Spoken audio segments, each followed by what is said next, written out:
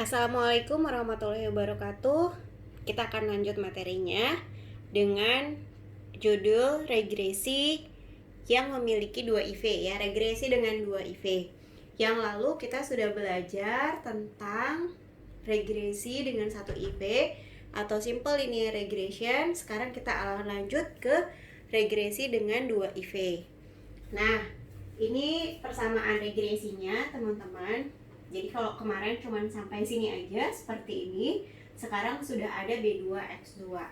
Nanti kalau tambah satu lagi IV-nya, berarti nanti ada B3X3 di sini ya, baru E-nya bergeser. Nah, sama teman-teman seperti simple linear regression, ya ini adalah dv-nya. Ini adalah IV1, ini IV2. Yang ini koefisien regresi dari X1, yang ini adalah koefisien X2, ini adalah konstanta ya. Oke, dan E ini adalah residu.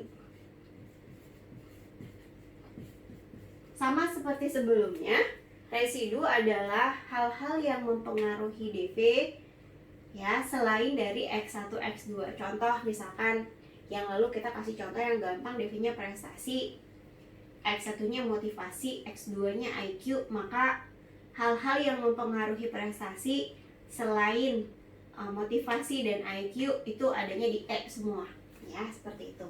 Baik, teman-teman, saya mau to the point aja. Jadi ada beberapa poin penting yang harus teman-teman perhatikan ketika belajar regresi dengan 2 IV.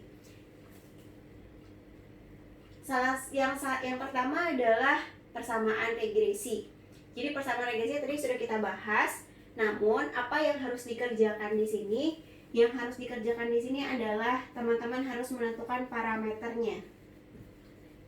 Jadi sama ya, sama simple regresi. Teman-teman harus menentukan parameter, tapi kalau di simple regresi parameternya cuma 2, B sama A doang. Sekarang parameternya jadi 3. Ada B1, ada B2, dan A.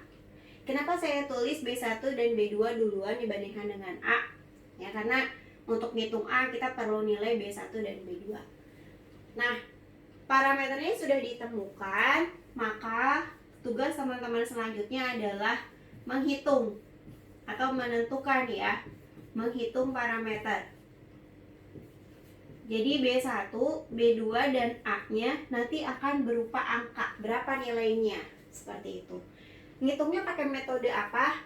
Menghitungnya pakai metode yang sama seperti di simple linear regression, yaitu pakai metode least square ya. Jadi least square itu sudah menjamin bahwa ketika kita menghitung B1, B2, dan A dengan metodenya, maka akan didapat residu yang minimum, seperti itu. Nah, yang kedua adalah besar pengaruh X1, X2 terhadap dv ya, jadi R kuadrat Y12. Bagaimana cara menghitungnya? Menghitungnya masih sama teman-teman. R kuadrat Y12 sama dengan sum square regresi dibagi dengan sum square Y. Nanti yang membedakan adalah SS regresinya ya. Jadi kalau semula SS regresi ini cuma B dikali sigma XY saja, tapi yang ini nanti itu akan berbeda. Nanti kita akan bahas lebih lanjut.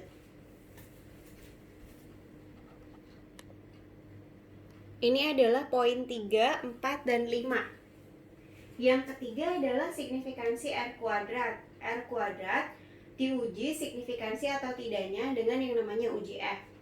Sama ya kayak simple linear regression, di mana F itu sama dengan mean square regresi dibandingkan dengan mean square residu. Jadi secara umum ini persamaannya. Lalu yang berikutnya adalah signifikansi masing-masing koefisien regresi dengan menggunakan uji T. Nah, ini pada saat simple regresi ini tidak dibahas. Kenapa? Karena signifikansi untuk koefisien regresi pada regresi dengan IV yang cuma 1 itu hasilnya akan sama dengan signifikansi R kuadrat. Jadi R kuadrat kan besar pengaruh seluruh IV terhadap DV ya. Sekarang kalau IV-nya cuma 1, ya berarti ya R kuadrat itu adalah besar pengaruh IV yang cuma 1 itu tadi. Nah, apa yang dibahas di poin nomor 4? Teman-teman harus membahas apakah B1 signifikan. Lalu yang berikutnya, hal yang sama untuk B2. B2 signifikan nggak? Dijawab dengan uji T, di mana nanti masing-masing akan dihitung T B1-nya sama dengan besarnya koefisien dibagi standar error, ya, atau SB1. Ini juga sama akan dihitung. Nah, seperti itu. Jadi, selain kita akan menguji signifikansi R kuadrat secara keseluruhan, tentu ini R yang dimaksud dengan R kuadrat yang dimaksud adalah R kuadrat Y12 ya. Dan kemudian kita akan membahas satu persatu koefisien regresinya. Bisa jadi ini signifikan, tapi B1 dan B2-nya dua-duanya nggak signifikan. Apa artinya? Artinya model secara keseluruhan sebetulnya baik, namun jika dilihat satu persatu itu tidak signifikan. Atau yang paling banyak itu adalah R kuadrat Y12-nya signifikan, bisa salah satunya signifikan, B1 atau B2-nya signifikan, bisa juga keduanya signifikan.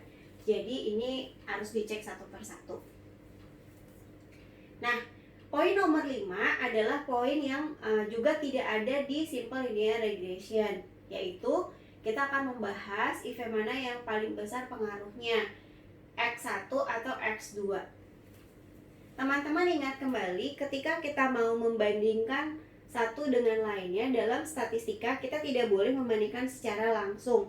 Jadi kita tidak bisa membandingkan langsung B1 sama B2 besaran mana gitu ya. Kita harus melakukan yang namanya standardize terlebih dahulu. Jadi B1 akan di standardize terlebih dahulu menjadi beta 1, B2 akan di standardize dulu menjadi beta 2. Jadi beta ini adalah koefisien regresi yang sudah distandarkan. Nah, dapat dari mana? Nanti persamaannya nanti penghitungannya akan saya berikan di video berikutnya ya. Namun saya mau kasih tahu teman-teman bahwa persamaan regresi Y sama dengan A ditambah B1 X1 ditambah B2 X2 ditambah E ini bisa di standardize.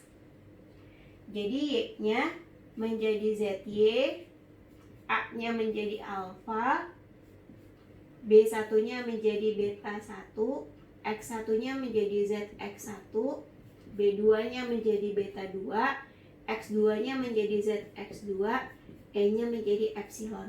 Teman-teman nanti lihat di buku Pedazur itu ada satu baris yang menyatakan ketika regresi distandarkan, maka si alfa ini nilainya akan selalu 0. Teman-teman cari ya, buktikan. Nah, sekarang ketika B1 dan B2 sudah distandarkan menjadi beta 1 dan beta 2, maka kita boleh membandingkan beta 1 dan beta 2. Untuk menjawab pertanyaan nomor 5, teman-teman tinggal bandingkan aja B1 dan B2 lebih besar mana dalam kondisi yang sudah beri harga mutlak. Jadi tanda yang ada di depannya itu bisa diabaikan. Misalkan beta, contoh ya, beta 1 sama dengan 0,75, beta 2 sama dengan minus 0,8. Mana yang lebih besar pengaruhnya, X1 atau X2? Jawabannya adalah X2. Kenapa? Karena beta 2 memiliki nilai yang lebih besar dibandingkan dengan beta 1 dalam angkanya. Sedangkan tanda yang ada di depannya itu hanya menunjukkan arah saja. Ini menunjukkan arah yang negatif, ini menunjukkan arah yang positif. Sedangkan besar pengaruhnya atau koefisiennya adalah dilihat angkanya saja. Baik teman-teman, ini adalah 5 poin penting regresi dengan 2 IV yang perlu teman-teman perhatikan. Terima kasih.